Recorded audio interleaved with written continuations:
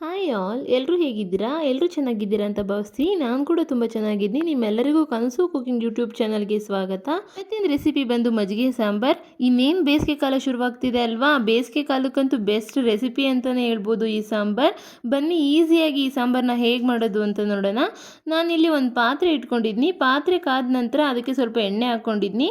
ಎಣ್ಣೆ ಬಿಸಿ ಆದ ನಂತರ ಇದಕ್ಕೆ ಒಂದು 1/2 ಟೇಬಲ್ ಸ್ಪೂನ್ ಸಾಸಿವೆ ಹಾಕೋತೀನಿ. ಸಾಸಿವೆ ಸಿಡಿದ ನಂತರ ಒಂದು 1/2 ಟೇಬಲ್ ಸ್ಪೂನ್ ಜೀರಿಗೆ ಹಾಕೋತೀನಿ. ಜೀರಿಗೆ ಈ ಸಾಂಬಾರಿಗೆ ತುಂಬ ಟೇಸ್ಟ್ ಕೊಡುತ್ತೆ. ಅದಕ್ಕೆ ಜೀರಿಗೆ ನೀವು ಸ್ಕಿಪ್ ಮಾಡೋಕೆ ಹೋಗ್ಬಿಡಿ, ಜೀರಿಗೆ ಆ್ಯಡ್ ಮಾಡ್ಕೊಳ್ಳಿ, ತುಂಬ ಚೆನ್ನಾಗಿರುತ್ತೆ. ನಾನಿಲ್ಲಿ ಒಣಮೆಣ್ಸಿನ್ಕಾಯಿನ ಆ್ಯಡ್ ಮಾಡ್ಕೊತಾ ಇದ್ದೀನಿ. ನಿಮಗೆ ಬೇಕು ಅಂತಂದರೆ ಹಸಿಮೆಣ್ಸಿನ್ಕಾಯಿ ಆದರೂ ಆ್ಯಡ್ ಮಾಡ್ಕೋಬೋದು. ಒಣಮೆಣ್ಸಿನ್ಕಾಯಿ ಯೂಸ್ ಮಾಡೋದ್ರಿಂದ ಸಾಂಬಾರು ಟೇಸ್ಟ್ ತುಂಬ ಚೆನ್ನಾಗಿರುತ್ತೆ. ಅದಕ್ಕೋಸ್ಕರ ಒಣಮೆಣ್ಸಿನ್ಕಾಯಿ ಯೂಸ್ ಮಾಡ್ಕೊತಾ ಇದ್ದೀನಿ. ಇದಕ್ಕೆ 2 ಈರುಳ್ಳಿನ ಸಣ್ಣದಾಗಿ ಕಟ್ ಮಾಡಿಕೊಂಡು ಆ್ಯಡ್ ಮಾಡ್ಕೊತಾ ಇದ್ದೀನಿ. ಈರುಳ್ಳಿ ಹಾಕೊಂಡ ನಂತರ ಅದು ಸ್ವಲ್ಪ ಕಲರ್ ಚೇಂಜ್ ಆಗೋವರೆಗೂ ಬಾಡಿಸ್ಕೊಳ್ಳೋಣ. ಸ್ವಲ್ಪ ಕಲರ್ ಚೇಂಜ್ ಆದ ನಂತರ ಇದಕ್ಕೆ ಸ್ವಲ್ಪ ಕರಿಬೇವಿನ ಸೊಪ್ಪನ್ನ ಆ್ಯಡ್ ಮಾಡಿಕೊಂಡು ಮಿಕ್ಸ್ ಮಾಡ್ಕೊಳ್ಳಿ. ಬೇಸಿಗೆ ಕಾಲದಲ್ಲಂತೂ ಲೈಟಾಗಿ ಏನಾದರೂ ತಿನ್ನಬೇಕು ಅನಿಸ್ತದೆ. ಸ್ಪೈಸಿ ಐಟಮ್ ಯಾರೂ ಅಷ್ಟು ಇಷ್ಟಪಡಲ್ಲ ಬೇಸಿಗೆ ಕಾಲಕ್ಕೆ.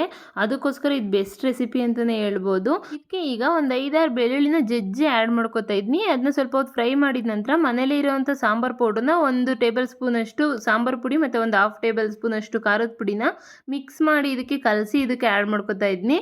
ಪುಡಿ ಕಲಸಿ ಹಾಕಿದ ಬಟ್ಲದಲ್ಲೇ 2 ಬಟ್ಲದಷ್ಟು ನೀರನ್ನ ಹಾಕೋತೀನಿ. ನಾನು ಜಾಸ್ತಿ ತೆಳು ಏನು ಮಾಡ್ಕೊಳಕ್ಕೆ ಹೋಗಲ್ಲ, ಗೊಜ್ಜು ರೀತಿ ಇರಲಿ, ಆ ರೀತಿ ಇದ್ದರೆ ಚೆನ್ನಾಗಿರುತ್ತೆ. ಬೇಕು ಅಂತಂದರೆ ಇದನ್ನ ಬರೀ ಅನ್ನ ತಿನ್ನೋದಕ್ಕಾದರೂ ಉಪಯೋಗಿಸ್ಕೋಬೋದು.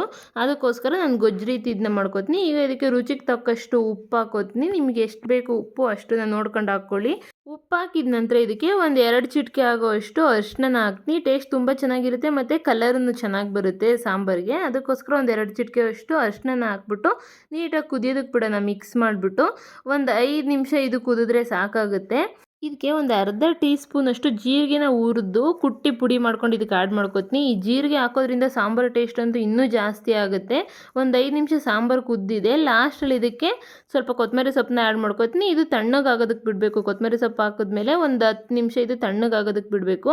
ಬಿಸಿ ಖಾರಕ್ಕೆ ಏನಾದರೂ ಮಜ್ಜಿಗೆ ಹಾಕಿದ್ರೆ ಮಜ್ಜಿಗೆ ಒಡ್ಕೊಂಬಿಡುತ್ತೆ. ಅದಕ್ಕೋಸ್ಕರ ತಣ್ಣಗಾದ ನಂತರ ಮಜ್ಜಿಗೆನ ಹಾಕ್ಕೊಳ್ಳಿ. ನಿಮಗೇನಾದ್ರು ಖಾರ ಜಾಸ್ತಿ ಆಗುತ್ತೆ ಅಂತ ಅನ್ನೋದಾದರೆ ಖಾರನ ಎತ್ತಿಟ್ಕೊಳ್ಳಿ. ಬಿಸಿ ಬಿಸಿ ಅನ್ನಕ್ಕೆ ತುಪ್ಪ ಹಾಕೊಂಡು ಆ ಖಾರದ ಜೊತೆ ತಿಂದು ನೋಡಿ, ತುಂಬ ಚೆನ್ನಾಗಿರುತ್ತೆ. ಟೇಸ್ಟ್ ತುಂಬ ಚೆನ್ನಾಗಿರುತ್ತೆ. ನೀವು ಒಂದ್ಸಲ ಟ್ರೈ ಮಾಡಿ. ಇಲ್ಲ ನಮಗೆ ಖಾರ ಜಾಸ್ತಿನೇ ಬೇಕು ಅಂತಂದರೆ ನೋಡಿಕೊಂಡು ಅದಕ್ಕೆ ಮಜ್ಜಿಗೆ ಹಾಕ್ಕೊಳ್ಳಿ. ಬಿಸಿ ಬಿಸಿ ಅನ್ನಕ್ಕಂತೂ ಈ ಸಾಂಬಾರು ತುಂಬ ಚೆನ್ನಾಗಿರುತ್ತೆ. ನೀವು ಒಂದ್ಸಲ ಟ್ರೈ ಮಾಡಲೇಬೇಕು. ನೋಡಿದ್ರಲ್ವ ಮಜ್ಜಿಗೆ ಸಾಂಬಾರನ್ನ ಈಸಿಯಾಗಿ ಹೇಗೆ ಮಾಡೋದು ಅಂತಂದ್ಬಿಟ್ಟು. ಈ ವಿಡಿಯೋ ಏನಾದರೂ ನಿಮ್ಗೆ ಇಷ್ಟ ಆಗಿದರೆ ಖಂಡಿತ ಸಬ್ಸ್ಕ್ರೈಬ್ ಮಾಡೋದು ಮರಿಬೇಡಿ, ಲೈಕ್ ಮಾಡಿ ಹಾಗೂ ನಿಮ್ಮ ಫ್ರೆಂಡ್ಸು ಫ್ಯಾಮಿಲಿ ಮೆಂಬರ್ಸ್ಗೆ ಶೇರ್ ಮಾಡಿ. ಇನ್ನಷ್ಟು ಈಸಿ ರೆಸಿಪಿಗಾಗಿ ಕನಸು ಕುಕಿಂಗ್ ಯೂಟ್ಯೂಬ್ ಚಾನಲ್ನ ಸಬ್ಸ್ಕ್ರೈಬ್ ಮಾಡೋದು ಮರಿಬೇಡಿ. Thank you for watching. Thank you all.